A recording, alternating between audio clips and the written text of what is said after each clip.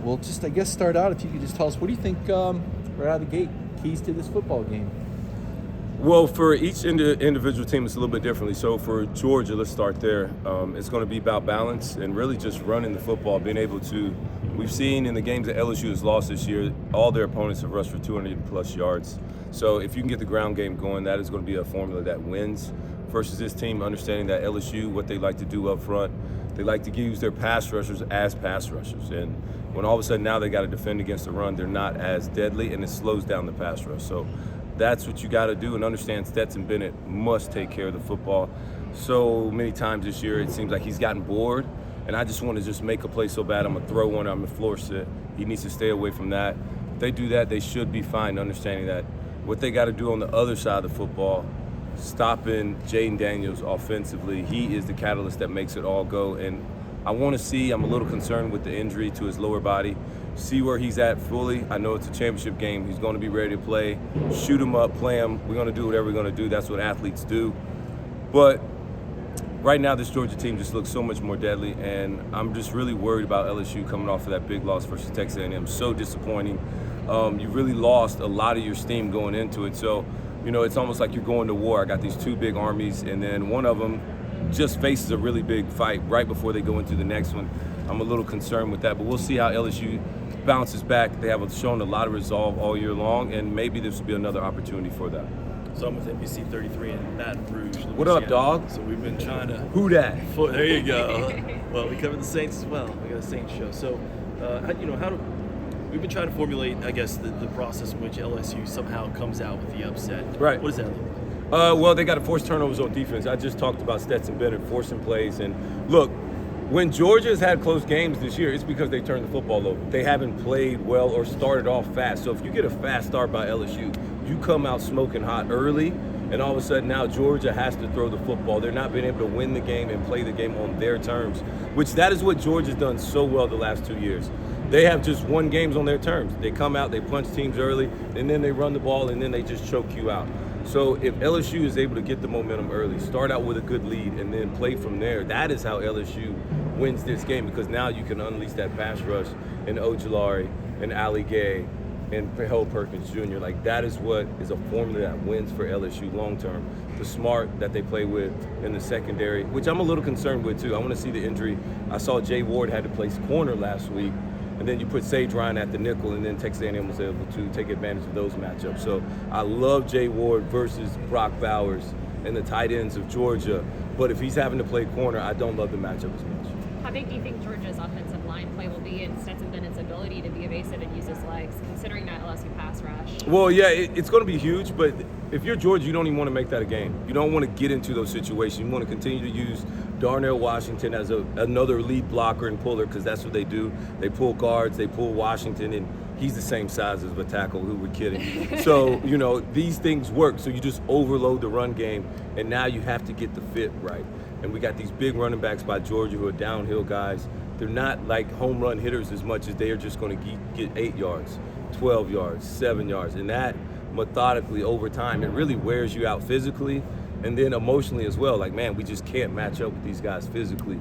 And that is how Georgia tends to win games in the third and fourth quarter. I anticipate them trying to do a lot of those same things and really trying to recreate that those same type of matchups. And Kirby has overall shown that he's willing to just win a game by 7 points. Like, I'm cool with that.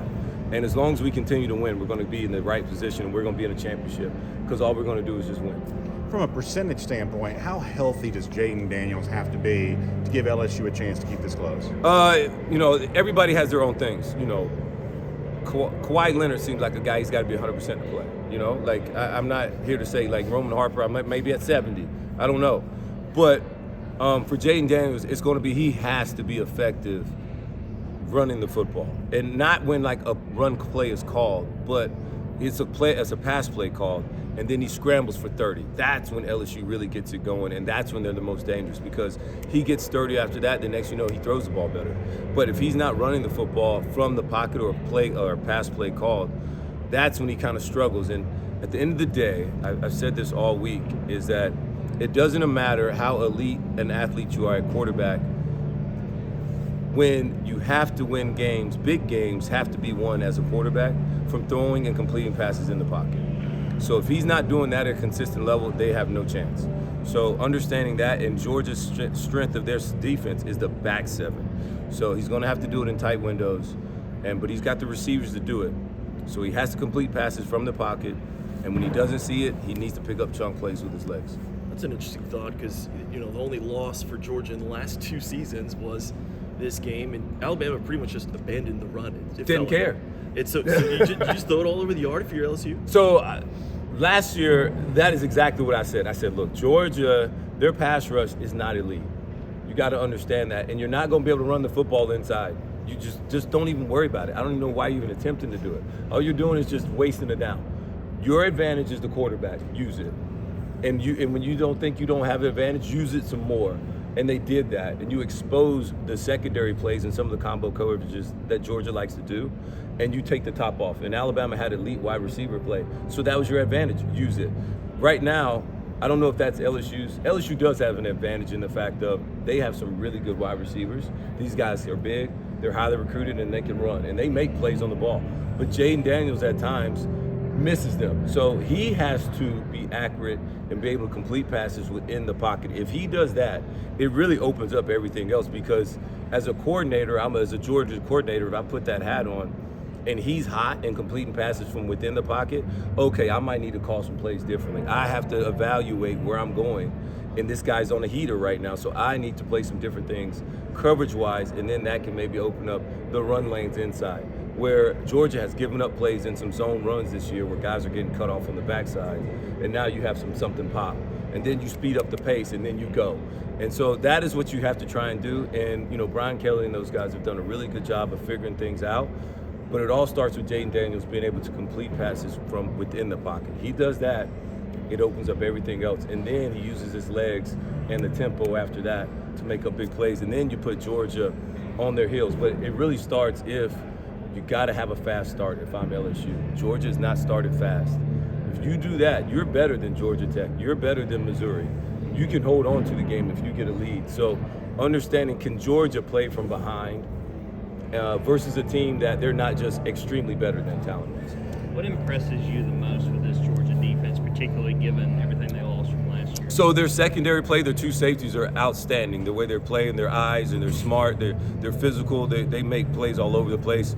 Their cornerbacks are really good. I love the nickel as well, number 22. His name's foul. Yes, I love him too. He's just a really good. They know what they're doing in the secondary. And the linebacker, Jamon Dumas-Johnson. Yes, oh my gosh. It's a mouthful. It is. Do you go by anything else like JD? They call him Pop. Okay, all right, yeah. I'm gonna start calling him Pop. But yeah, I'm like, dude, it's just about it out. So I think he's actually, and I'll say it in front of everybody, he's better than Nakobe Dean, and not just, and as far as the NFL prospect, he's bigger. The dude has just as much speed, and if you watch this guy, he's flying around sideline to sideline, making every single play. And I love Nakobe Dean, but and I say this with all due respect, he's just better. He's bigger, he makes more plays, and he's an outstanding NFL prospect in due time. But right now, those are the things that really just jump off the tape to me. And they also got a couple young guys up front that have continued to play and have gotten better over the season. And so Georgia's defense, what am I going to say? Like Kirby talks about it, you hear him in the locker room. Physical football travels. And when you watch Georgia play, they hit people with body shots, and they don't want to see Georgia in the fourth quarter because the way they play and the way they hit you, and it's a constant wave, and it's a never-ending wave of just relentlessness, the way they play physical football, the way they're able to take away what you like to do. They're smart, they're physical, and they're tough. And that's the type of brand of football that I love. And that, if my son was of age right now, I would send him to Georgia because, I know what he's going to get, and I know what they're teaching him, and those are the things that matters, and that's what wins. Georgia's saying all now, the I say that, but, Alabama, too. It's still his decision, but sorry. Georgia's saying all the right things about its motivation level, but can you truly be motivated for a game that you might not have to win, probably don't have to win to make the college football playoff? Most of these guys on this team haven't won an SEC championship, so they are motivated. It's still something about accomplishing something you've never done before. And if I'm Kirby, I'm telling them, sometimes to do something that you've never done before, which is winning a back-to-back national championship, which has never been done before in Georgia, then you got to do something you've never done before, which is winning the SEC championship. So that is what they got to do, and that is what I'm telling them to do. If I'm Kirby, I'm not Kirby, but give them that little layup right there. Do something you've never done before. You got to do something you've never done before, and that is what winning this game will do. As a defensive guy. Not only that, but then they get the home game again in the playoffs. It's all the motivation in the world. Just the road to the championship comes through us in Georgia, and that has not been said before, so let's go out there and do it. As a defensive guy yourself, what impresses you the most from what you've seen from Jalen Carter? Well, that when he's healthy and he wants to play, he's the most dominating lineman in the country, and we knew that coming into it. But now he's knowing that and really putting that on tape. I've been really impressed with some of the games he's put on the last few weeks. He reminds me a lot of Ndamukong Suh with his power and the ability to be able to stop all the run plays and still give you pass rush too, because of his brute strength and the ability to come out of his hips and just shed guys. And I'll be honest with you, most of these college linemen don't want to see Jalen Carter. I don't care if it's a guard, center, tackle, it doesn't matter. He destroys them all, and it really does remind me. I think that would be a great comparison. Is Ndamukong Suh is who I think of when I see him. Yes, you did. We're good. All right. Thanks, Thanks, sir. sir. Thanks.